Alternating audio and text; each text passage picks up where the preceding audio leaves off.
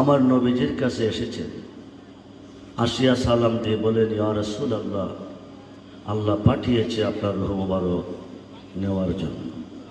তবে এই কথাও বলেছেন, যদি আপনি থাকতে চান অনন্তকাল থাকতে পারেন।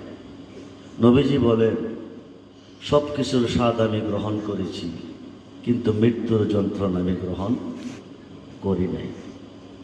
আমার রূহ মুবারক তুমি নিয়ে যাও, নিবে যে যতটুক যন্ত্রণা দেওয়ার প্রয়োজন ততটুক দিয়ে নিও। আজরাইল বলেন, ইয়া রাসূলুল্লাহ, এটা কি আমার পক্ষে সম্ভব? আপনি যদি না হতেন আমি আজরাইল হইতাম না। আল্লাহ বলেন, আজরাইল, বন্ধু কেন বলেছে তুমি যদি না বোঝো আমি আল্লাহ বুঝি, তবে যতটুক যন্ত্রণা দেওয়ার প্রয়োজন ততটুক দিয়ে তুমি নিও। শাহাদাত আঙ্গুলটা নবীজির সিনা মুবারকের উপর রেখেছেন। নবীজি বলেন, কি রেখেছ? শাহাদাত আঙ্গুলটা রেখে একটু চাপ দিছি। নবীজি বলেন, আমার মন বলতেছে সাতটা আসমান চূর্ণ বিচূর্ণ হয়ে আমার বুকের উপরে পড়ে।